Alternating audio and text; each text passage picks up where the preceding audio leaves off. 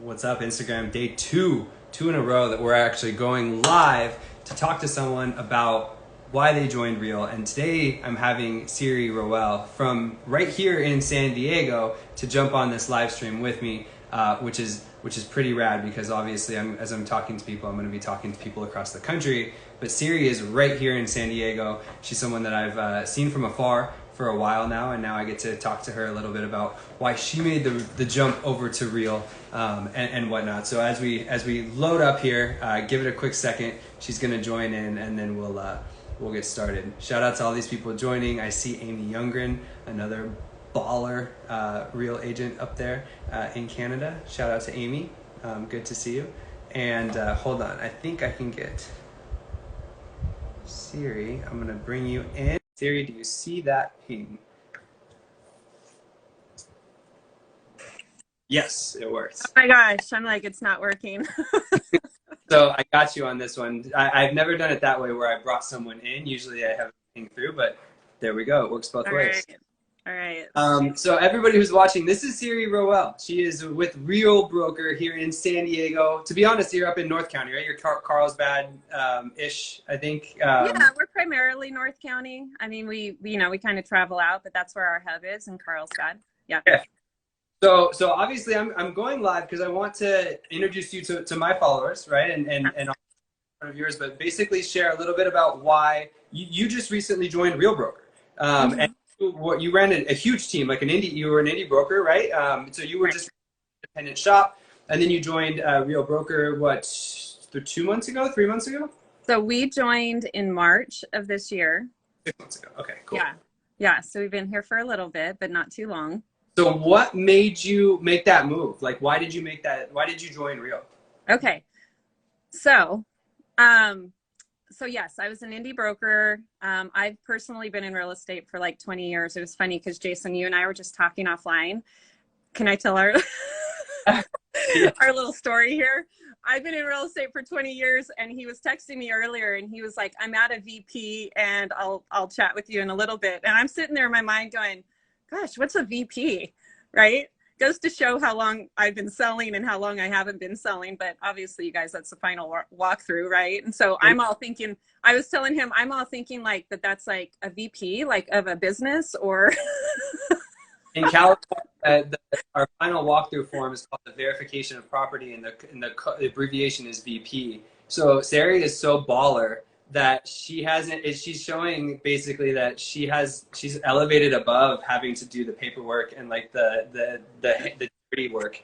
I don't know. It might also be something with this hair color here, but yeah, I just had a really kind of funny moment with you. But anyway, so yeah, I've been in real estate, you guys, for 20 years. I had an indie team that I ran for about 4 years. And of course I still have the team and stuff like that. But we really got to a point where we felt like we were just this little island. And you're probably going to hear that from a lot of indie brokers that like have the same story. You feel really alone. Like, honestly, Jason, would you and I even be here together if we didn't have the connection of Reel and a bigger brokerage? Probably not. I mean, yes, but probably not, right? At some point, like I feel like I'm pretty connected with other agents here in San Diego, but like I don't know that I had seen your name because you guys do a lot of business. So I've seen you on like different reports and rankings and stuff like that. But I don't know that. I mean, I've been here for 10 years, right? And you 20, but I've been here for 10. And so in 10 years, we've never crossed paths. Right. Yeah. There's just a lot of agents and, things going on out there. You can't know everyone, but I definitely know that joining a brokerage like we have with Reel has created we call it our sandbox. It's created a sandbox of agents where we all work together and we all are thriving together and getting to know each other. I didn't have that, nor did my agents at an indie brokerage. So I'm good friends with Eric Hatch and Robbie T, if you guys know them. And so they're out of Fargo, North Dakota. And when Eric went and joined, of course, the light bulbs go on. And I've had people likewise that have reached out to me after I've joined and their light bulb went on and they were independent and they were like, "What did you do?" And it was the same question. And I reached out to him and I said, "What did you guys do?" Talked to him for a little bit, but I was pretty much sold instantly on the fact that we could just be a part of something bigger. And then all of the other perks that come along with it is just a bonus. Our team has doubled in size in the last 5 months, and just the network of people that I know has doubled, and the things that we're doing. And for me, that's where I live now. That's what I love to do. Yeah. Yeah. I've talked to a couple, even since I've joined, just 2 weeks ago now. I've talked to a couple people within my network that also own indie brokerages, in different cities throughout the country. And I think that their thing is like giving up control a little bit, right? Because they were the broker owner of this place. Right. Decisions ran through them. So what was that like for you, right? Awesome. Was it a good thing? It feels yeah. like awesome. Yeah. I mean, our broker here, Jason Lopez he's just the man. Like, he's just a really cool guy.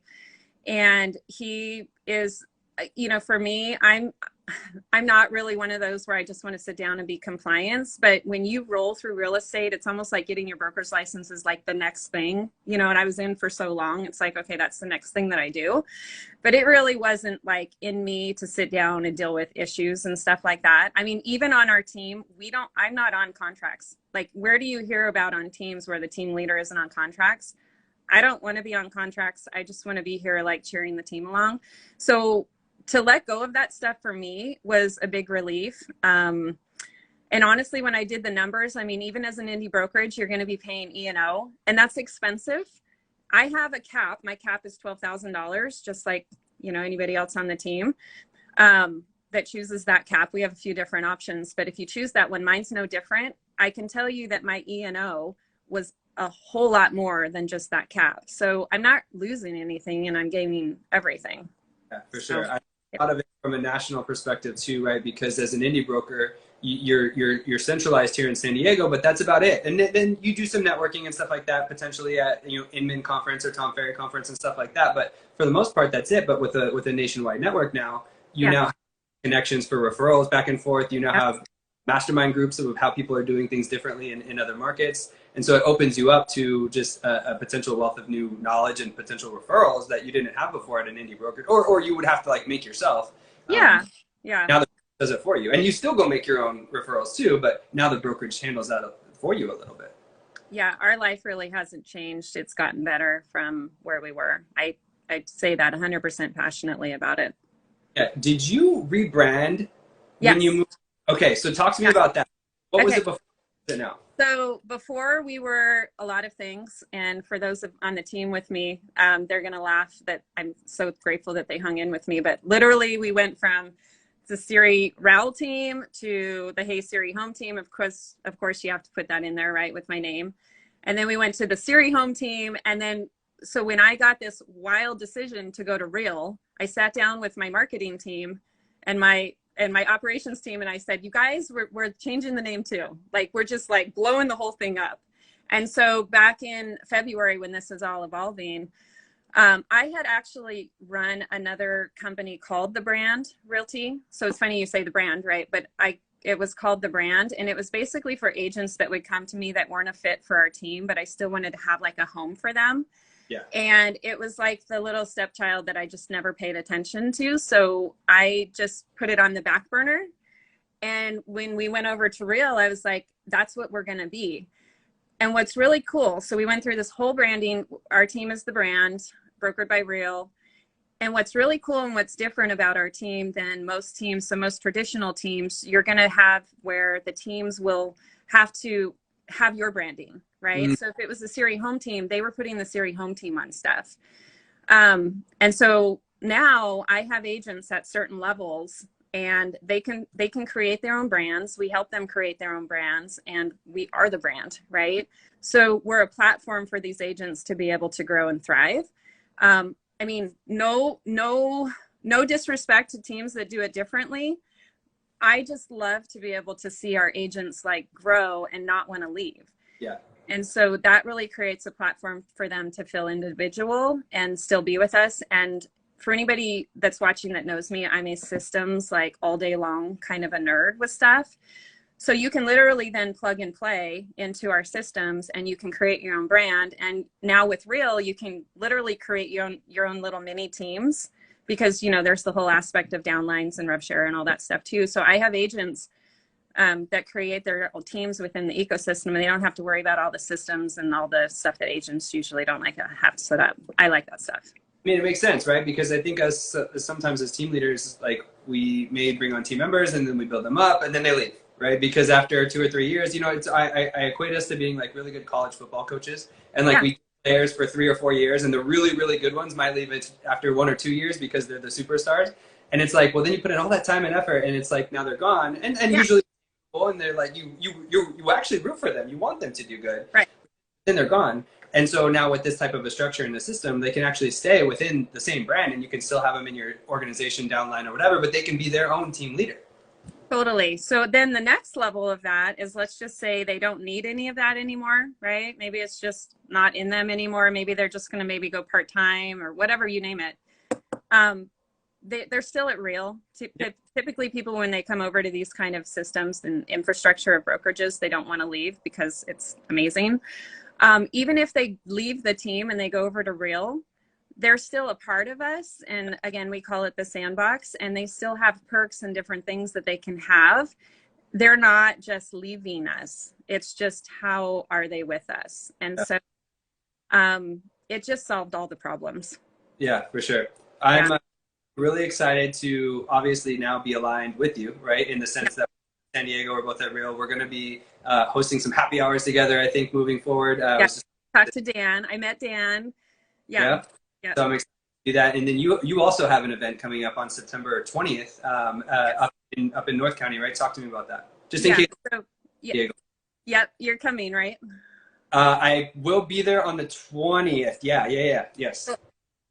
Yeah, so it's called Shift Happens because that's what's happening and happened. And so it's called Shift Happens. It's at Harlan Brewing at One Paseo in Del Mar. 3 to 7, actually, we added an extra hour for people to drink a little bit longer. And we're going to have, Chris Heller, we're going to have Ryan Grant, and then Connor Murname. And I always butcher your name, Connor, because I just saw you're on here, so I'm sorry if I said that wrong. That's a Connor does a lot, Connor, he does a lot of content marketing and all that. And then we have Hedda, who I talked to today. She's on the panel. She's an indie broker here in San Diego. Tina King, George is on my team, and then we have Steve, who's an agent up here in Century 21. So it's going to be a really good panel of different mixes of people that have been in real estate for a little while and some that are newer. And we're just going to be talking about all the different tools and just logic that you guys need to be thinking of right now to get through this market, because to be honest, most agents are going to be struggling right now unless you tune into these kind of advices that we have to give. Yeah. Good. I love it. So if you are watching this in San Diego, head up to Harlan Brewing. We'll get the details on there. Yeah, if you go to my website, or not my website, if you go to my Instagram page, and then I have my LinkedIn, you can go in there, and then there's a Eventbrite ticket too, so you guys can sign up. Yeah, sign up. Serri's awesome. Thank you so much for taking time and jumping on this live, explaining a little bit about who you are and why you joined Real and all the fun stuff that goes around that. I'm excited to be here with you. Let's go do more stuff, okay? I'm looking forward to it. Enjoy your next couple weeks. I know you're headed out, and then after that, England. Yeah, I'm heading to England. All right. Thanks, Jason. Yeah, for sure. Good talking to you. You too. See ya. Bye. Bye.